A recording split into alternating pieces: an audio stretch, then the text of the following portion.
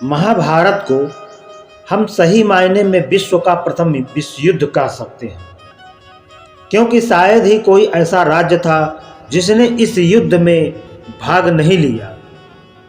आर्यावर्त के समस्त राजा या तो कौरव अथवा पांडव के पक्ष में खड़े दिख रहे थे। श्री बलराम और रुक्मी ये दो ही व्यक्ति ऐसे थे जिन्होंने इस युद्ध में भाग नहीं लिया।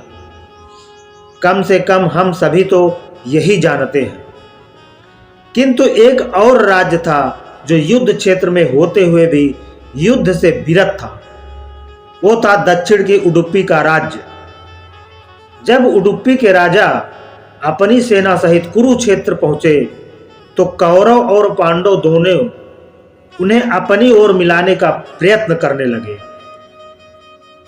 उडुपी के राजा अत्यंत दूरदर्शी थे। उन्होंने श्री कृष्ण से पूछा, हे माधव, दोनों ओर से जिसे भी देखो युद्ध के लिए लालायित दिखता है, किंतु क्या किसी ने सोचा है कि दोनों ओर से उपस्थित इतनी विशाल सेना के भोजन का प्रबंध कैसे होगा? इस पर श्री कृष्ण ने कहा, महाराज, आपने बिल्कुल उचित सोचा है। आपके इस बात को छेड़ने पर मुझे प्रतीत होता है कि आपके पास इसका कोई योजना है। अगर ऐसा है तो कृपया बताएं।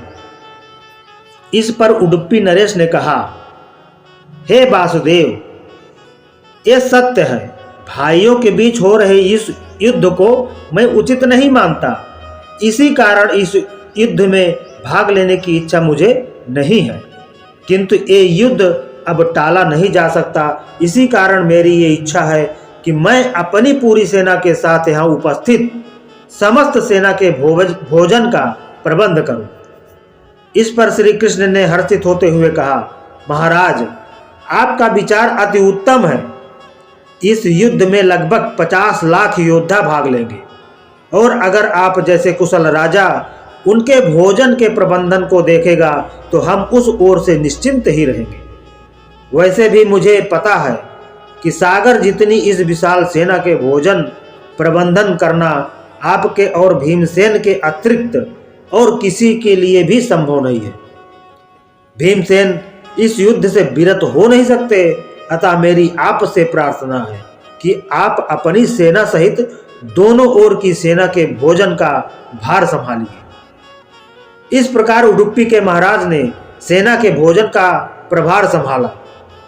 पहले दिन उन्होंने उपस्थित सभी योद्धाओं के लिए भोजन का प्रबंध किया। उनकी कुशलता ऐसी थी कि दिन के अंत तक एक दाना अन्न का भी बर्बाद नहीं होता था। जैसे जैसे दिन बीतते गए, योद्धाओं की संख्या भी कम होती गई। दोनों ओर की योद्धा को ये देखकर आश्चर्यचकित रह जाते कि हर दिन के अंत तक उडुपी नरेश केवल उतने ही लोगों का भोजन बनवाते थे जितने वास्तव में उपस्थित रहते थे। किसी को यह समझ नहीं आ रहा था कि आखिर उन्हें एक कैसे पता चल जाता है कि आज कितने योद्धा मृत्यु को प्राप्त होंगे, ताकि उस आधार पर वह भोजन की व्यवस्था करवा सके। इतने विशाल सेना के भोजन का प्रबंध करना अपने आप में ही एक आश्चर्य था, और उस पर भी इस प्रकार की अन्न का एक दाना भी बर्बाद न हो, ये तो किसी चमत्कार से कम नहीं था। अंततः युद्ध समाप्त हुआ और पांडवों की जीत हुई।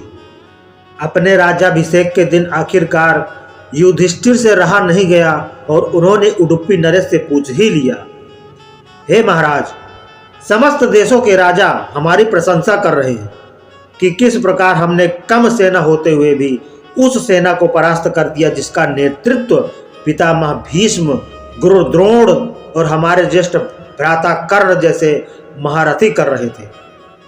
किंतु मुझे लगता है कि हम सबसे अधिक प्रशंसा के पात्र आप हैं, जिन्होंने न केवल इतनी विशाल सेना के लिए भोजन का प्रबंध किया, अपितु ऐसा प्रबंध किया कि एक दाना भी अन्न का व्यर्थ न हो पाया। मैं आपसे इस कुशलता का रहस्य जानना चाहता हूं। इस पर उडुपी नरेश ने हंसते हुए कहा, सम्राट, आपने जो इस युद्ध में विजय पाई है उसका श्रेय किसे देंगे? इस पर युधिष्ठिर ने कहा, श्री कृष्ण के अतिरिक्त इसका श्रेय और किसे जा सकता है? अगर वह न होते तो कौरव सेना को परास्त करना असंभव था। तब उडुपी नरेश ने कहा, हे महाराज, आप जिसे मेरा चमत्कार कह रहे हैं वो भी श्री कृष्ण का ही प्रताप है। ऐसा सुनकर वहां उपस्थित सभी लोग आश्चर्यचकित हो गए।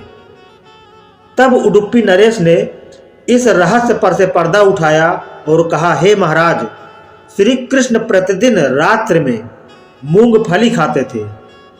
मैं प्रतिदिन उनके शिविर में गिन कर मूंगफली रखता था और उनके खाने के पश्चात गिन कर देखता था कि उन्होंने कितनी मूंगफली खाई है।